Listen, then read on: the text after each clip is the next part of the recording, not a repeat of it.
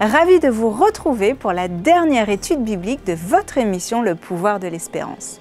Alors que la série d'études bibliques touche à sa fin, je vous propose une dernière écoute avec Ryan Labiche, Déjà vainqueur, délivrez-moi.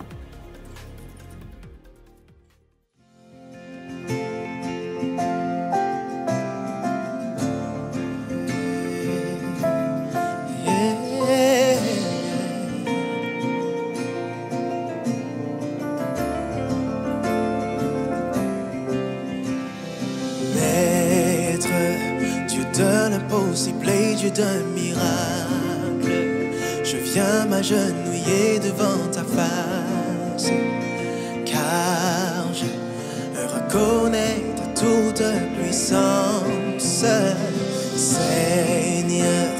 Peu importe la taille de l'obstacle, je suis en paix, qu'importe la menace, car tu es au contrôle de ma vie, tu es capable de tout.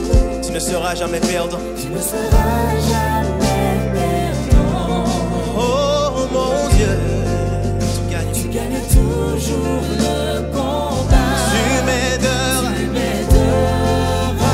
jusqu'au bout. Si je le crois maintenant. Si je le crois maintenant.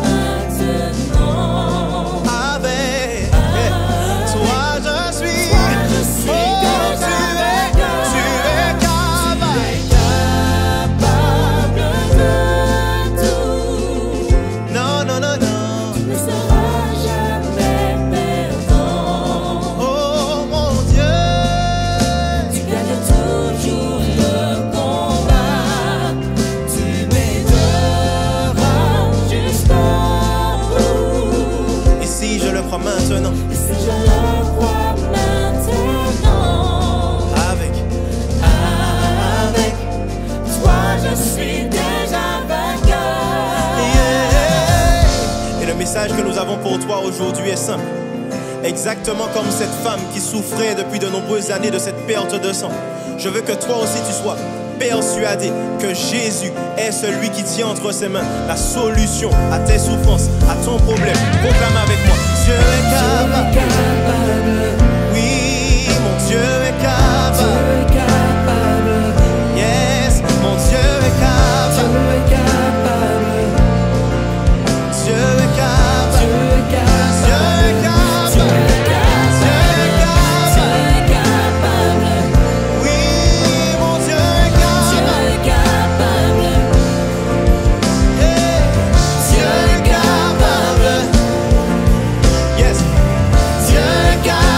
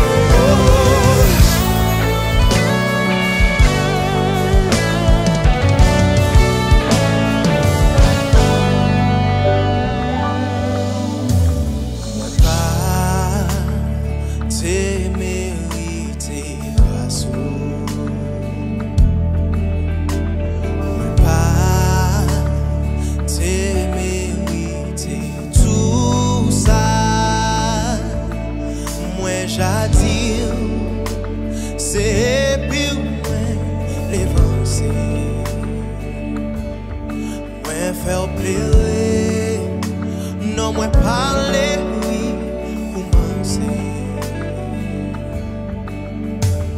Moi ça, moi ni problème, rien pas qu'à soulager moi ça, Jésus, ou c'est celle solution. Oh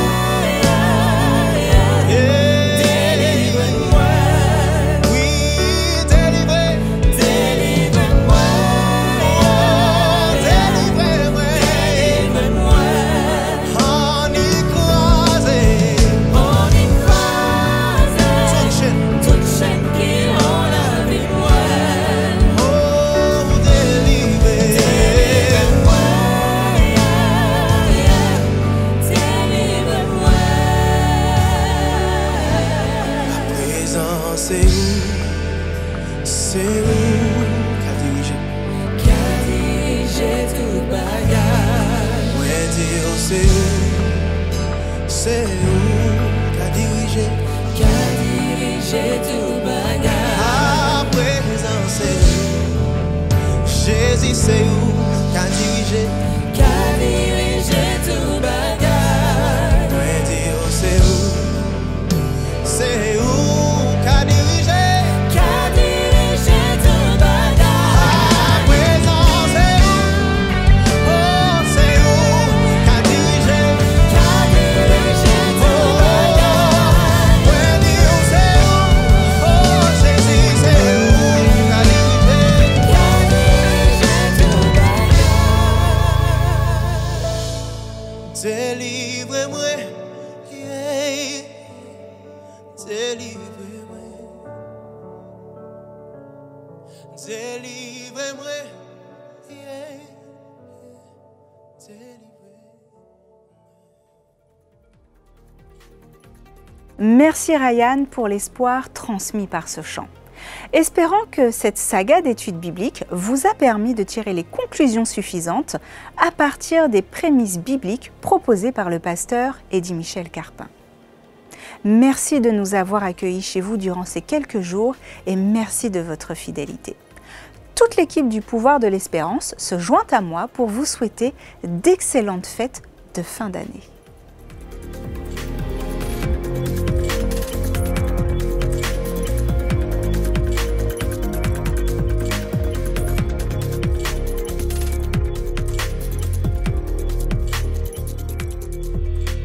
Merci Florine pour le choix des chants et des chanteurs que tu as fait durant toute cette série du Pouvoir de l'Espérance.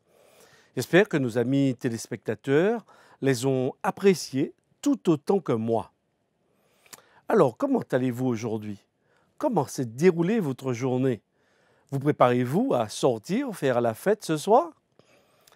J'espère également que durant ces moments passés en notre compagnie, vous avez obtenu des réponses à certaines de vos questions, mais par-dessus tout, que vous avez reçu de Dieu l'espoir pour avancer et faire les meilleurs choix dans votre vie. Si je vous dis 12 juillet 1998, à quoi cette date se réfère-t-elle à votre avis? Que faisiez-vous le 12 juillet 1998? Que regardiez-vous à la télévision? Le 12 juillet 1998, c'est la date à laquelle l'équipe de France a gagné pour la première fois la Coupe du monde de football. Je m'en souviens comme si c'était hier.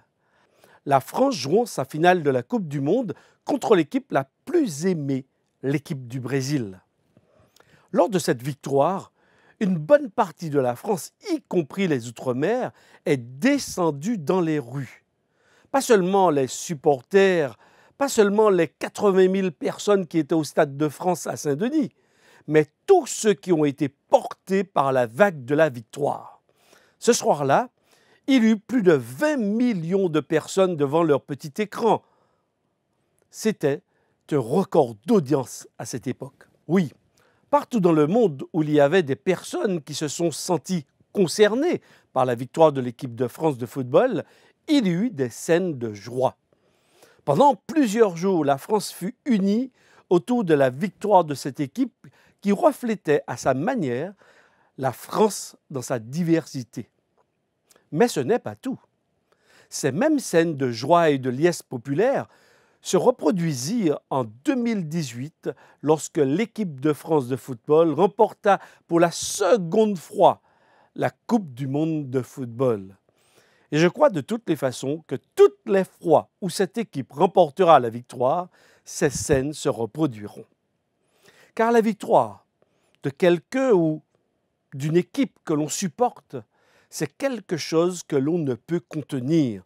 Elle produit systématiquement des explosions de joie. Dans le livre de l'Apocalypse de Jean, on retrouve une scène quasiment similaire à ces scènes que nous venons de décrire lorsque l'une de nos équipes favorites remporte une compétition. Dans Apocalypse chapitre 5, versets 11 à 12, voici ce que je lis. Quand il eut pris le livre, les 4 êtres vivants et les 24 anciens se prosternèrent devant l'agneau. Chacun tenait une harpe et des coupes d'or remplies de parfums, qui sont les prières des saints, et ils chantaient un cantique nouveau.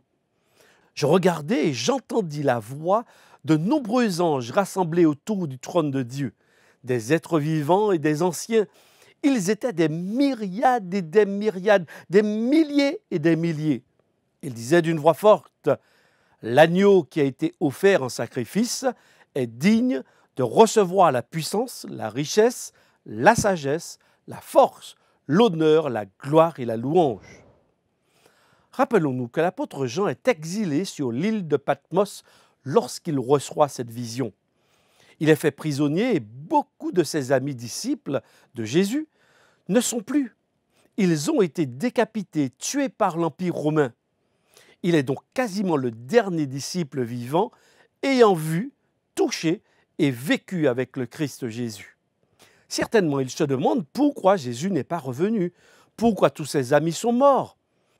Alors, pour l'encourager, Jésus va se révéler à lui et lui donnera une série de visions pour lui, mais aussi pour les autres chrétiens éparpillés dans l'Empire romain, ainsi trouver la force d'avancer et surtout afin de ne pas se décourager face au contexte politique très difficile pour les chrétiens de cette époque.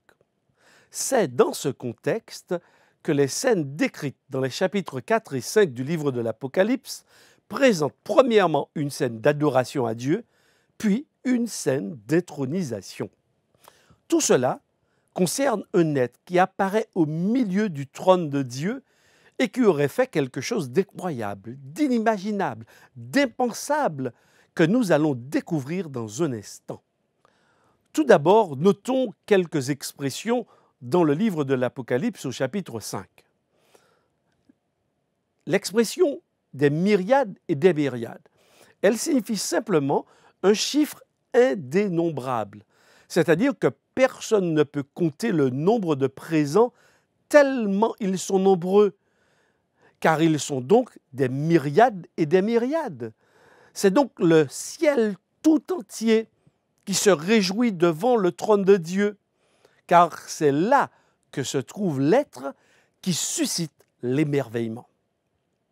Ce qu'il a fait inspire et impressionne tant ces créatures célestes qu'elles se mettent à chanter un chant nouveau, un cantique que nul n'avait entendu auparavant.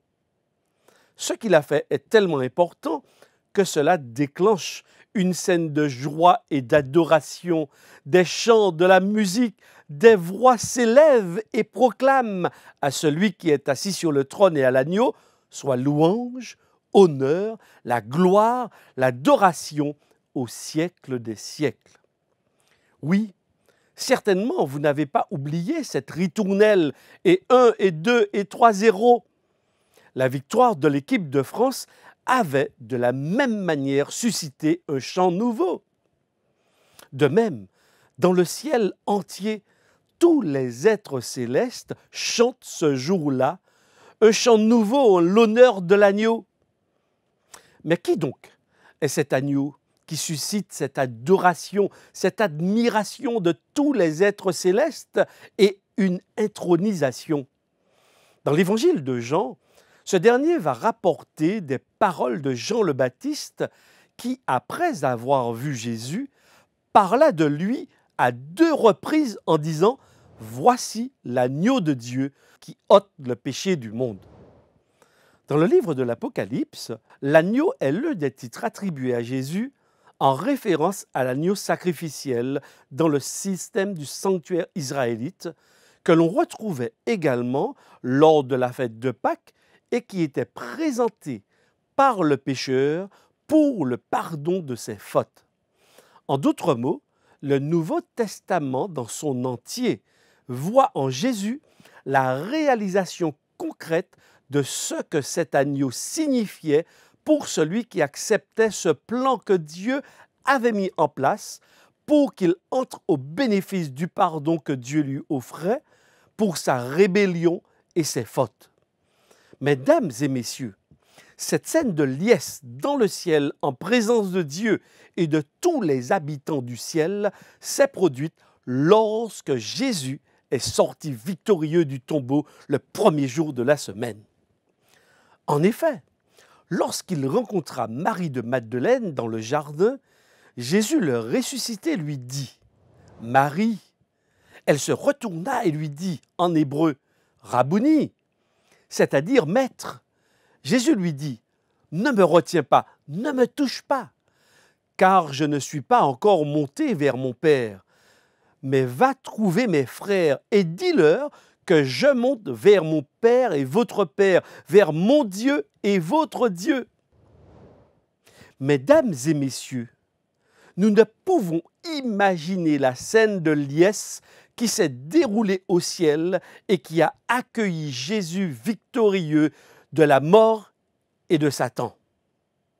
Non, aucune scène de liesse populaire que nous connaissons sur cette terre ne pourra décrire, ne peut décrire ce qui s'est passé ce jour-là dans le ciel. C'était la fête. Jésus était victorieux, il avait vaincu et sa mort, loin d'être une défaite, était une victoire complète sur Satan, car ce dernier était maintenant démasqué sous son vrai jour. En effet, il avait conduit les hommes à crucifier leur Seigneur et Sauveur. Et de ce fait, il pouvait maintenant sauver tous ceux qui l'attendaient et ceux qui croiraient en lui. Le ciel entier chantait et louait Dieu et l'agneau, Jésus, pour ce qu'il avait fait. Oui, car tu as été offert en sacrifice et tu as racheté pour Dieu par ton sang des hommes de toute tribu, de toute langue, de tout peuple et de toute nation. Tu as fait d'eux des rois et des prêtres pour notre Dieu, et ils régneront sur la terre.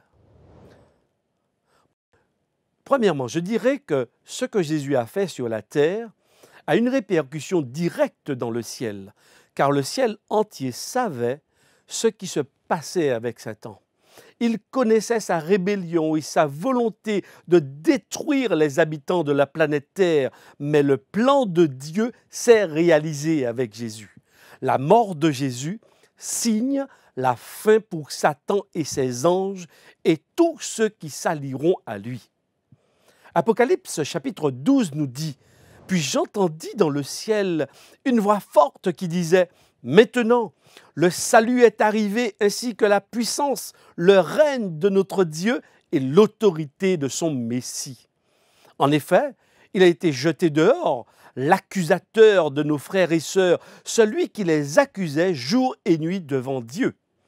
Ils l'ont vaincu grâce au sang de l'agneau et grâce à la parole de leur témoignage. C'est pourquoi, réjouis-toi ciel, et vous qui habitez dans le ciel. Mais malheur à vous, habitants de la terre et de la mer, car le diable est descendu vers vous, animé d'une grande colère, sachant qu'il lui reste peu de temps. Deuxièmement, ce que Jésus a fait, par le don de sa vie et la démonstration de son amour, est valable pour toute la famille humaine. Quiconque, toute tribu, toute langue, tout peuple, toute nation sur cette planète Terre, personne n'est exclu. Tous peuvent maintenant entrer au bénéfice de la grâce de Dieu par Jésus-Christ. Les humains peuvent maintenant penser à l'éternité, car en Jésus, ils y ont droit s'ils croient en ce que Jésus a fait. Ainsi, les habitants du ciel se réjouissent par anticipation de ce que la victoire de Jésus amène. Les hommes ont maintenant accès au salut par Jésus et ils sont dès maintenant vainqueurs de Satan. N'est-ce pas incroyable? Vous n'avez plus besoin de craindre Satan. Nous n'avons plus besoin d'avoir peur de lui, car vous êtes victorieux en Jésus-Christ, notre Seigneur et notre Sauveur. Mesdames et messieurs, que se passe-t-il lorsque l'équipe que vous souteniez gagne une importante victoire? Avec certitude, je crois que vous sautez de joie. Tous ceux qui vivent comme vous cet heureux événement sortent dans les rues. Les voitures klaxonnent, les gens crient et sautent de joie et tout le monde dit d'une même voix, « Nous avons gagné, nous avons gagné. Nous prenions. » Certaines de ces personnes qui crient et qui chantent n'ont jamais joué au foot ni à aucun autre sport. Et pourtant, bien que n'étant jamais allées sur le terrain de jeu, ces personnes chantent et dansent. Nous avons gagné, nous avons gagné. En fait, il y a une identification forte de ces personnes avec leur équipe, car c'est leur équipe.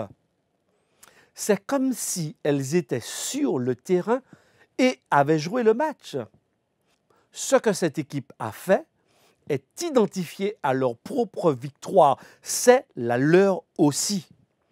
Mesdames et messieurs, de la même manière, la bonne nouvelle du salut en Jésus, c'est de croire dès aujourd'hui, de se réjouir dès aujourd'hui de la victoire de Jésus et de considérer que sa victoire est aussi la nôtre. N'est-ce pas une bonne nouvelle? N'est-ce pas la bonne nouvelle? Alors que vous vous débattez, vous essayez de faire le bien autour de vous, vous essayez de plaire à Dieu, vous essayez de joindre les deux bouts, parfois vous avez envie de tout abandonner. Plus personne ne veut vous faire confiance. La bonne nouvelle, c'est que la victoire de Jésus est la vôtre. Vous avez déjà gagné. Vous pouvez vous réjouir aujourd'hui. En lui, c'est possible. Ne regardez pas à ceux qui vous entourent.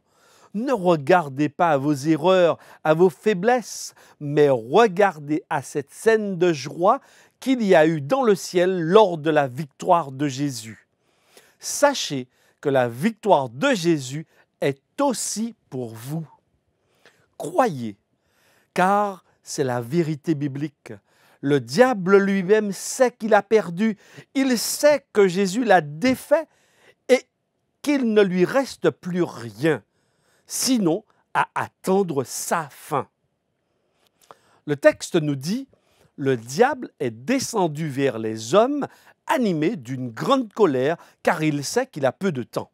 Entre-temps, il veut vous entraîner à sa suite.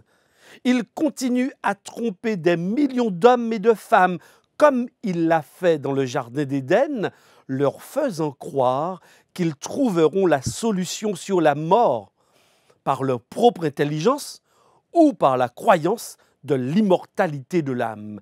Il continue à dire « Vous ne mourrez point » et beaucoup y croient. Le diable ne veut que d'une seule chose, c'est de vous faire participer à n'importe quel prix à sa perte éternelle. Mesdames et messieurs, Dieu a mis en place un plan pour vous donner de l'espoir. Il veut vous dire que cette vie n'est pas une fin en soi. Il y a de l'espoir pour un avenir meilleur. Un avenir où il n'y aura plus ni pleurs, ni cris, ni aucun problème écologique, aucun problème de chômage, plus de querelles entre les hommes et les femmes. Des parents n'auront plus à aller enterrer leurs enfants, ni les enfants à enterrer leurs parents. La mort ne sera plus qu'un mauvais souvenir. Ce sera la paix, l'entente, une découverte perpétuelle de ce qui est beau et parfait. Dieu ne vous demande qu'une seule chose, lui faire confiance, apprendre à le connaître et apprendre à dépendre de lui. Jésus dit également que le ciel tout entier se réjouit et fait la fête. Toutes les fois qu'un homme, qu'une femme, qu'un jeune, qu'un enfant donne sa vie à Jésus et le reconnaît comme sauveur de sa vie. Toutes les fois qu'une personne croit en Jésus et l'accueille, alors c'est la fête dans le ciel. Mesdames et messieurs, avez-vous donné votre vie à Jésus? Voulez-vous recevoir sa paix et l'espérance aujourd'hui? Alors, n'hésitez pas. Faites le pas aujourd'hui. Faites le pas maintenant vers lui. Vous pouvez appeler au numéro gratuit qui va s'afficher maintenant sur vos écrans. Quelqu'un de sérieux vous accueillera et vous orientera. En appelant, vous recevrez ce magnifique livre, L'Ultime Espérance, livre que je vous ai déjà présenté.